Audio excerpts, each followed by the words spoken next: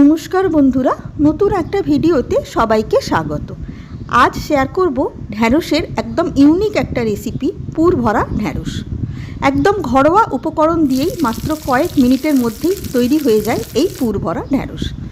প্রথমে ঢ্যাঁড়সটাকে ভালো করে ধুয়ে নিয়ে বড় বড় টুকরো করে কেটে নিয়েছি এবং প্রত্যেকটা টুকরো একটা দিকে ছুরির সাহায্যে এরকম করে চিড়ে নিয়েছি।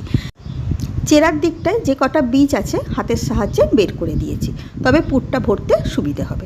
প্রত্যেকটা টুকরোকেই একইভাবে কেটে নিয়েছি।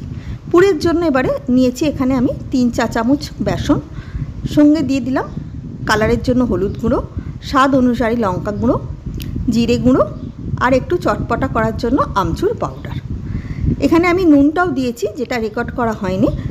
ভালো করে শুকনো উপকরণগুলোকে মিশিয়ে নিয়ে দিলাম কিছুটা গ্রেট করা আদা আর 2-3 কোয়া মতন গ্রেট করা রসুন। আদা রসুনের পেস্টও তোমরা ব্যবহার করতে পারো। ভালো করে মিশিয়ে নিয়ে সামান্য একটু জল দিয়ে বেসনটাকে মেখে নিলাম, কেন ঝুরঝুরে থাকলে পুরটা ভরতে অসুবিধা হবে এবং বেরিয়ে যাবে, তাই সামান্যভাবে একটু হাতের সাহায্যে জল দিয়ে মেখে নিয়েছি। এবারে ঢ্যাঁড়সের যে দিকটা চিড়েছিলাম সেই দিকের ভেতরে হালকা হাতে পুরটাকে ভালো করে চেপে চেপে ভরে দেবো। খেয়াল রাখবে পুরটা ভরার সময় যেন ঢ্যাঁড়সটা ফেটে না যায়, একটু সাবধানে হালকা হাতে ভরতেটা হবে। যতটা পুর ঢোকে ততটাকে ভালো করে ঢুকিয়ে দেবে, কারণ ভালো রকম পুরটা ঢুকলে খেতেটা বেশি ভালো লাগবে। দেখতে পাচ্ছ বেশ অনেকটা মতনই পুর আমি ঢুকিয়েছি। একটা ঢ্যাঁড়স আমার রেডি হয়ে গেল।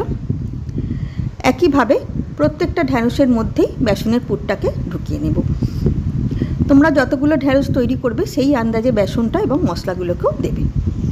এইবারে রান্নাটা করার জন্য 1 টেবিল চামচ সর্ষের তেলকে ভালো করে গরম করে নিলাম। তেলটা ভালো রকম গরম হয়ে যেতে ফোড়নের জন্য দিলাম 1/2 চা চামচ মতন গোটা জিরে। এবারে পুর ভরা ঢ্যাঁড়সের টুকরোগুলোকে একটা একটা করে তেলের মধ্যে আস্তে আস্তে দিয়ে দিলাম। একসঙ্গে ঢেলে দেবে না, তাহলে পুরটা বেরিয়ে যাওয়ার চান্স থাকবে। একটা একটা করে তেলের মধ্যে সাবধানে বসিয়ে দেবে।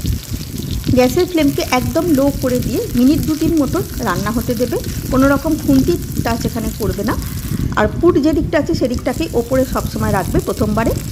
মিনিট 2 হয়ে যাবার পর আস্তে আস্তে হালকা হাতে খুন্তি দিয়ে একটু ওলট পালট করে দিলাম। গ্যাসকে কিন্তু একদমই বাড়াবে না, একদম লো ফ্লেমে রান্নাটা হবে। আর কোনো রকম নুন বা মশলা কিছু দেবার এখানে প্রয়োজন নেই। নুন দিলে কিন্তু ঢ্যাঁড়স থেকে জল ছেড়ে দেবে।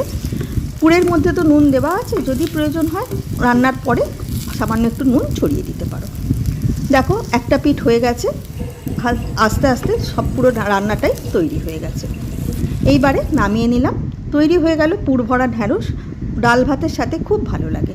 আশা করি তোমাদের ভালো লাগলো। ধন্যবাদ।